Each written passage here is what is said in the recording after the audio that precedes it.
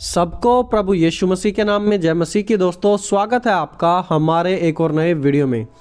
दोस्तों अपने चारों ओर होने वाली घटनाओं की ओर क्या आपने ध्यान लगाया है कि आखिरकार क्या हो रहा है। एक तरफ हम महामारी से लड़ रहे हैं, लाखों मौतें हो चुकी हैं और सिलसिला अभी भी थमने का नाम ही नहीं ले रहा है। भारत में हर महीने धर्म के नाम पर झगड़े हो रहे हैं। तुर्की और ग्रीस भूकंप से परेशान हैं, तो वहीं दुनिया के सबसे शक्तिशाली देश अमेरिका में इलेक्शन के कारण शांति बिल्कुल बिगड़ी हुई है और आगे भी बहुत कुछ अनएक्सपेक्टेड होने वाला है। लेकिन दोस्तों परमेश्वर इन सब चीज़ों के दौरान भी चाहते हैं कि आप अपनी आंखें परमेश्वर पर लगाए रखें। डरे ना दुनिया में देखकर कि आखिरकार दुनिया में हो क्या रहा है। मत्ती 14 अध्याय उसका 22 से 33 वचन में हम प्रभु यीशु के पानी पर चलने वाली घटना के बारे में पढ़ते हैं। लिखा है, उसने तुरंत अपने चेलों को नाव पर चढ़ाया कि वे उससे पहले पार जाएं, और यीशु लोगों को विदा करके प्रार्थना करने को अलग पहाड़ पर चढ़ गया और सांझ को वह वहां अकेला था। उस समय नाव लहरों के बीच में डगमगाने लगी और यीशु झील पर चलते हुए उनके सामने आए, और उसके चेले यह देखकर डर गए और कहने लगे कि वह तो एक भूत है। परंतु यीशु ने उनसे कहा, धीरज धरो, मैं हूँ, डरो मत। तब पतरस ने कहा, हे प्रभु, यदि तू ही है तो मुझे अपने पास पानी पर चलकर आने की आज्ञा दे। लेकिन यीशु के कहने पर जब पतरस पानी पर चलने लगा तो हवा को देखकर डर गया और चिल्लाया कि हे प्रभु, मुझे बचा ले। तब यीशु ने उसे थाम लिया और कहा, हे कम विश्वास वाले, तूने क्यों संदेह किया। और जब वे नाव पर चढ़ गए तो हवा थम गई। यह देखकर उन्होंने परमेश्वर की आराधना की और कहा कि सचमुच तू परमेश्वर का पुत्र है। प्रभु यीशु की सामर्थ को देखिए कि वो असंभव को संभव कर रहे हैं। पानी पर चलना जो कि प्रैक्टिकली इम्पॉसिबल है, कोई भी नहीं कर पाया, प्रभु यीशु मसीह ने वो किया। और पतरस को देखिए कि पतरस तुरंत पानी में डूबने नहीं लगा। वो विश्वास से आगे बढ़ा और कुछ कदम चला भी, लेकिन जहाँ विश्वास की कमी आई, जहाँ वो डरा, वहाँ वो डूबने लगा। दोस्तों यदि आप भी एक विश्वासी हैं तो विश्वास में चलना बहुत ही ज़्यादा ज़रूरी है।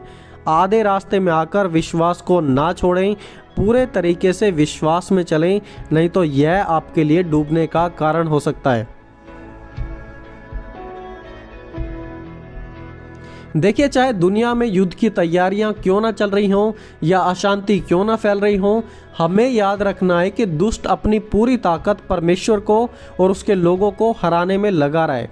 और हारने से बचने के लिए हमें विश्वास में बने रहना है, विश्वास में बिल्कुल स्ट्रोंग रहना है। अगर आप विश्वास में बने रहेंगे तो चाहे आपके चारों ओर की दुनिया क्यों ना हिल जाए, लेकिन आप कभी नहीं हिलेंगे। देखिए, जब तक पतरस यीशु की तरफ देखता रहा तो चलता रहा, लेकिन जैसे ही उसकी आंखें प्रभु यीशु से हटी तो वो डूबने लगा। जब हम प्रभु से अपनी नज़रें हटाकर अपने चारों ओर देखते हैं तो हमें सिर्फ और सिर्फ टूटे रिश्ते, बलात्कार, भ्रष्टाचार, लड़ाई झगड़े, लालच, फालतू की बातें हमें दिखाई देती हैं। और जब हम उन बातों में मन लगाते हैं तो बहुत ही ज़्यादा चांसेस होते हैं कि हम उन बातों में फंस जाएं और अल्टीमेटली डर और अविश्वास हमारे जीवन में पैदा होने लगता है।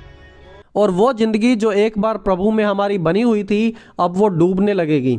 दोस्तों अगर आपको रियली सचमुच प्रभु के साथ चलना ही है तो अपनी नज़रों को प्रभु पर लगाए रखो, नहीं तो इस दुनियाई समुद्र में डूब मरोगे। आज हम जर्मनी, इंग्लैंड और फ्रांस में दोबारा लॉकडाउन लगते हुए देख रहे हैं। नाइजीरिया में रायट्स चल रहे हैं। मीडिया में सिर्फ और सिर्फ वही चीज़ें दिखाई जा रही हैं जो डर पैदा कर सके। सरकारें परमेश्वर और परमेश्वर की व्यवस्था के बिल्कुल ही खिलाफ काम कर रही हैं। आज प्रभु यीशु पतरस के समान हमारे सामने तो नहीं खड़े हुए जैसे वो पतरस के सामने खड़े हुए थे, लेकिन प्रभु की इच्छा में चलकर हम लगातार परमेश्वर की ओर नज़रें लगाए सकते हैं। Keeping your eyes on him really means keeping your mind fixed on him. मतलब अपने पूरे देह, प्राण और आत्मा से परमेश्वर को पहला स्थान दें, उसी के बारे में सोचें और उसी के साथ चलें। दोस्तों हमारे स्वर्गीय पिता चाहते हैं कि हम उन्हीं में बने रहें और उन्हीं की मदद के द्वारा इन अंतिम समय को फेस करें। अगर आप फोकस नहीं करेंगे, अपनी नज़रें परमेश्वर पर नहीं लगाएंगे, तो उसमें नुकसान आपका ही है, क्योंकि आप ही डूबने लगेंगे। मरकुस 5 अध्याय में हम आराधनालय में एक यहूदी के बारे में पढ़ते हैं जिसकी बेटी मर गई थी और प्रभु यीशु मसीह ने उसके नौकरों से कहा do not be afraid, only believe. डर मत, ओनली विश्वास कर। दोस्तों, परमेश्वर हमें डर के मरीज बनते हुए नहीं देखना चाहते। परमेश्वर सिर्फ और सिर्फ चाहते हैं कि हम विश्वास करें। डर में चलना जैसे कि डेली मरना है, लाइफ को घुट घुट कर जीना है। प्रभु यीशु ने कहा, उनसे मत डरो जो तुम्हारे शरीर को घात कर सकते हैं, परंतु उससे डरो जो तुम्हारी शरीर और आत्मा दोनों को नरक में डालने का अधिकार रखता है। मत्ती 10 अध्याय उसका 28 वचन। डर अगर होना चाहिए तो वो सिर्फ और सिर्फ परमेश्वर का होना है। बाइबल हमें बार बार ना डरने की आज्ञा देती है, और परमेश्वर ने हमें डर की नहीं लेकिन सामर्थ की आत्मा दी है। लिखा है, मनुष्य का भय मानना फंदा हो जाता है, परंतु जो यहोवा पर भरोसा रखता है उसका स्थान ऊंचा किया जाएगा। नीति वचन 29 अध्याय उसका 25 वचन। आज जैसे हम इस दौर से गुजर रहे हैं जहां सब बातें अनसर्टेन हैं, समय के बारे में हमें कुछ भी नहीं पता है, तो हमें दाऊद के समान कहना चाहिए कि चाहे मैं घोर अंधकार से भी होकर चलूं तो मैं ना डरूंगा। तो मात्र अपनी आंखें परमेश्वर पर लगाए रखें। लोगों की, पैसों की, सोसाइटी की चिंता करना बंद कर दें। मत कहें कि मैं ऐसा कर लेता या ऐसा हो जाएगा, लेकिन कहें कि परमेश्वर मेरे साथ है, इसलिए सब कुछ भला और उचित ही होगा।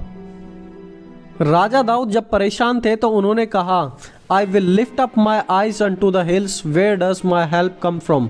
My help comes from the Lord the maker of heaven and earth. मैं अपनी आंखें पर्वतों की ओर उठाऊंगा, जहां से मुझे मदद मिलेगी। मुझे सहायता यहोवा से मिलेगी जो आकाश और पृथ्वी का सृजनहार है। इब्रानियों के लेखक ने भी कहा, let us fix our eyes on Jesus. विश्वास के कर्ता और सिद्ध करने वाले यीशु की ओर ताकते रहें, उस पर अपनी नजरें लगाए रखते हैं। इब्रानियों 12 अध्याय उसका 2 वचन। तो दोस्तों, इन अंतिम दिनों में, इस अंतिम समय में अगर आपको विजयी होना है तो let us fix our eyes on Jesus. अपने प्रभु यीशु की ओर ताकते रहें, उसी पर अपना ध्यान लगाए रखें, तभी हम आने वाले समय से बच पाएंगे, हर एक उस धोखे से जो शैतान की ओर से आने वाला है, सिर्फ और सिर्फ प्रभु यीशु पर नजरें लगाए रखने के द्वारा। दूसरा कोई भी रास्ता हमारे पास नहीं है दोस्तों। तो दोस्तों, आज इस वीडियो में इतना ही। मिलेंगे जल्दी अगली वीडियो में, तब तक आप सभी को जय मसीह के दोस्तों।